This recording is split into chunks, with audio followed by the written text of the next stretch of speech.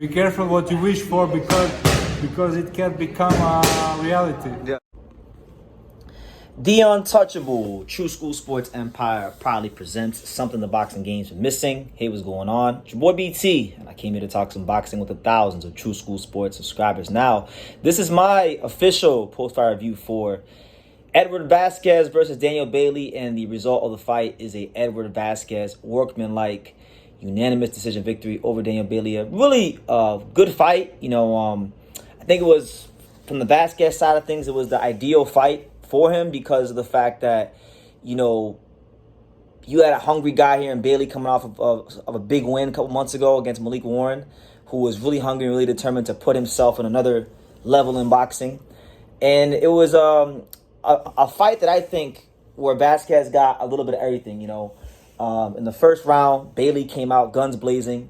He actually wound up hurting Vazquez and was probably a punch or two away from dropping him in the first round. And watching the fight, I thought from the Bailey side of things, him hurting Vazquez early on might have actually been to his own detriment, because I feel like as the fight wore on, he tried to keep throwing this uppercut and this left hook and whatnot. And Vazquez just found one chink in the armor, which was simply that whenever he got close to Bailey, whenever Bailey let go of the right hand, because Bailey likes to fight in like a cross guard, like Philly shell type of a stance, and he's very slow to get his hands back to hold the phone, to block shots, at least too slow for Vazquez.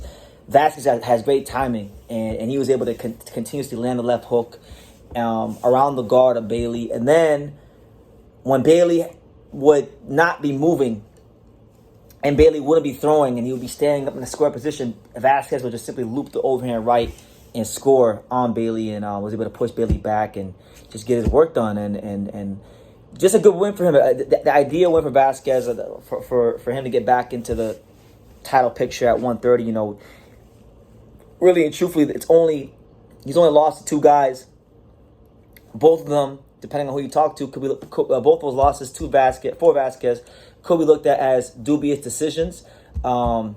Vazquez lost to Raymond Ford, which I thought he beat Raymond Ford. And then the Joe Cordina fight was a little closer. He could have won that one as well. But good win for him. From the Bailey side of things, you got to give Bailey some credit as well, because again, Bailey has never fought on this level before. And he got this opportunity just off the simple fact that he put on a counter-punching clinic his last fight on Red Isle Boxing. So it was a good crossroads fight. I think the positive takeaways for Bailey are the fact that, he showed that he wasn't completely out of his depth with the world title challenger in Vazquez. He hurt him in the first round. He even summoned the punching power of his relative, Randall Bailey, because they are related.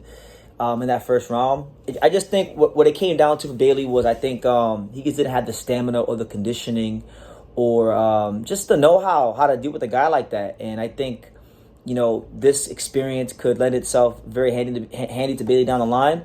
But tonight wasn't his night. Tonight belongs to Edward Vazquez, and I think the difference in this fight was the experience. I think Vazquez fighting the guys like Ford and Joe Cordina and all these kind of guys, that was the difference, and it showed in a mighty and major way. But I will say this: Vazquez, I think, still very hittable. I think, he got away with a lot of things at 126 defensively and being a volume puncher.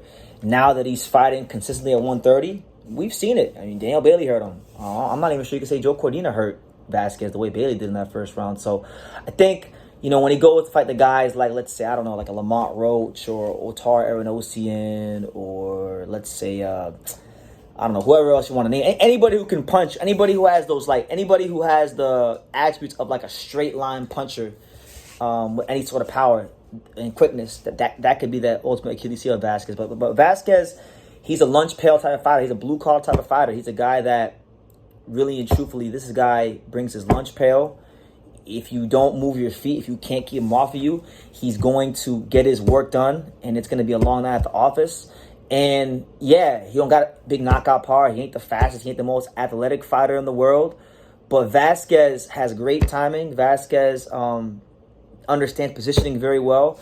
And for what he lacks, maybe punching power or athleticism, he makes up for with a lot of good boxing know-how. So just a good fight, good high-level fight. Hope Bailey can hold his head high, because that's a very good fighter he lost to tonight. It's just, lacking some experience and needs to tighten up some things. But he showed he belonged. I think he showed he belonged in the fight.